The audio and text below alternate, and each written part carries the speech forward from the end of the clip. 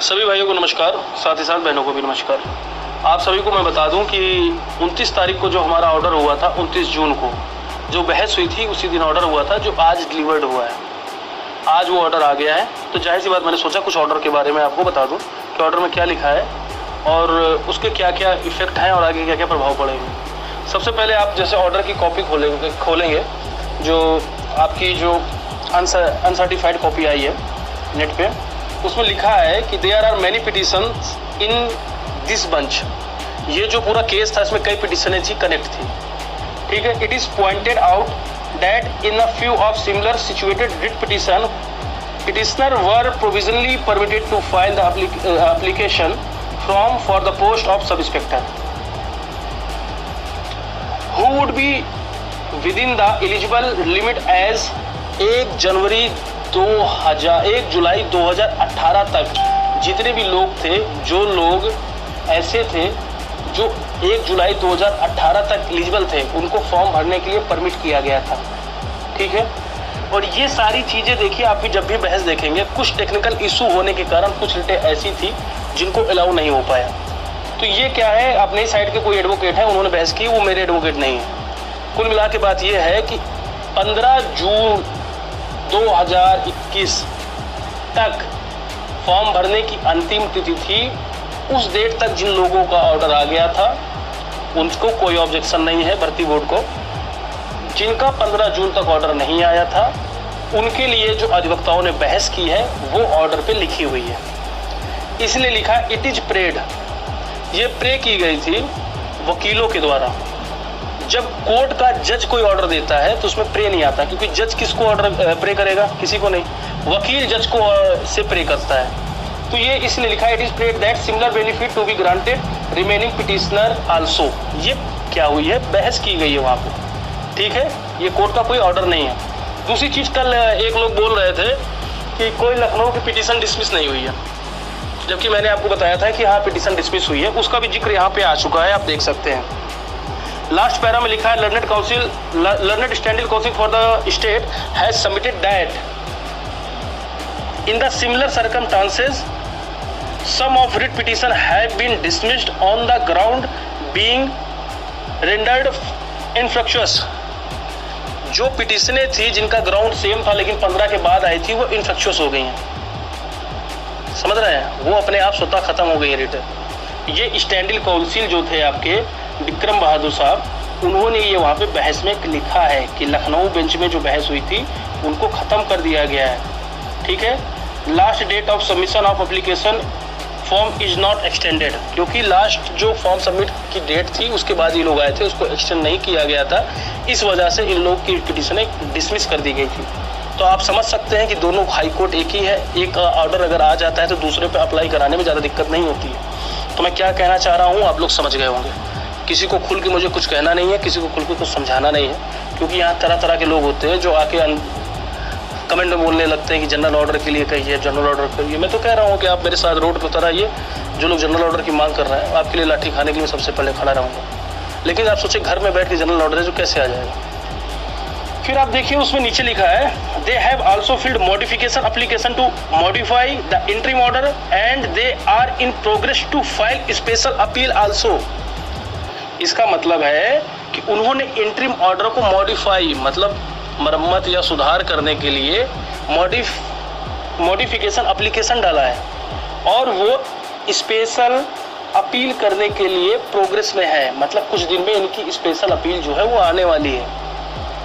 Special appeal मतलब जैसे high court का अपीली न्यायालय आपका डबल बेंच है या अपीली न्यायालय सुप्रीम कोर्ट है। सिंगल बेंच की किसी भी डिसीजन से अगर आप खुश नहीं है तो उसको डबल बेंच में अपील करते हैं या सुप्रीम कोर्ट में अपील करते हैं। स्टेप वाइज देखा जाए तो सिंगल बेंच के मैटर को उठा के डबल बेंच में ले जाते हैं, डबल बेंच के बाद फुल बेंच, फुल बेंच के बाद सुप्रीम कोर्ट। लेकिन आप बीच के किसी भी स्टेप को छोड़ के आप चाहे तो आप हाई कोर्ट के मैटर को सिंगल बेंच से उठा के भी सुप्रीम कोर्ट डायरेक्ट जा सकते हैं, है अधिकार आपके पास, लेकिन लोग करते नहीं। तो इस समय भर्ती बोर्ड ने क्या किया है कि उन स्टेप को फॉलो करते हुए पहले ये सिंगल बेंच के ऑर्डर को स्पेशल अपील के हिसाब से ये डबल बेंच में चैलेंज कर रहे हैं। और ये पूरा चैलेंज करने का जो मैटर है ये प्रोसेस में है।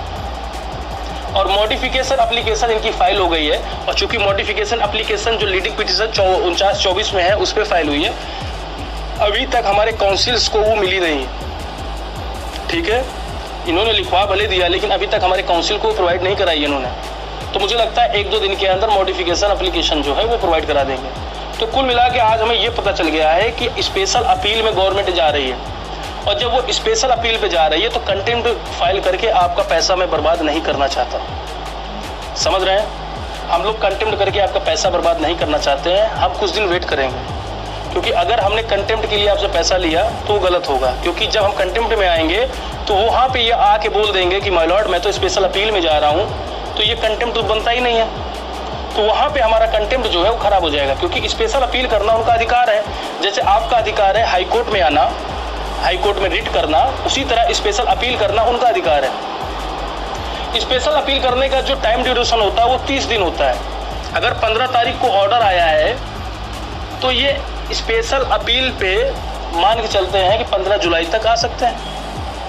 लेकिन कभी कभी क्या होता है कि ये लोग थोड़ा लेट भी आ जाते हैं। इनके पास अधिकार 1 मंथ का है, उसके बाद ये नहीं जा सकते। लेकिन डिले कंडोनेशन एप्लीकेशन डाल के ये किसी भी मैटर को थोड़ा डिले करके भी डाल सकते हैं। डिले कंडोनेशन एप्लीकेशन जो होता है उसके थ्रू आप बता सकते हैं कि हम किस वजह से इस स्पेशल अपील को लाने में मुझे डिले हो गया, उसकी वजह ये है, तो वो एक्सेप्ट हो जाती है। समझ रहे हैं। लेकिन अगर ये 15 जुलाई के बाद थोड़ा लेट करते हैं तो हम फिर कंटेम्प्ट फाइल कर देंगे। रही बात एग्ज़ाम करने की, कि अगर कभी भी मुझे ऐसा लगा कि एग्ज़ाम कराने वाले हैं या ये एडमिट कार्ड इशू करने वाले हैं, क्योंकि अगर ये एग्ज़ाम कराने वाले होंगे तो उससे पहले क्या करते हैं, सेंटर अलॉट कराते हैं। एडमिट कार्ड बांटने से पहले सेंटर अलॉट करते हैं। और मेरे कई कॉलेजेस ऐसे परिचित हैं जो ऑनलाइन एग्ज़ाम कराते हैं, और जब ये उनके पास पहुँचेंगे सेंटर लेने, पहले सेंटर अलॉट करते हैं, फिर एडमिट कार्ड बनाते हैं, फिर उसको इशू करते हैं।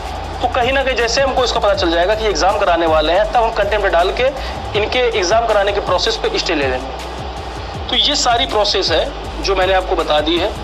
आप लोग को 1 by 1 बताना नहीं समझ में आता है। कुछ लोग ऐसे हैं जो मुझसे नहीं जुड़े लेकिन उनको इन्फॉर्मेशन चाहिए।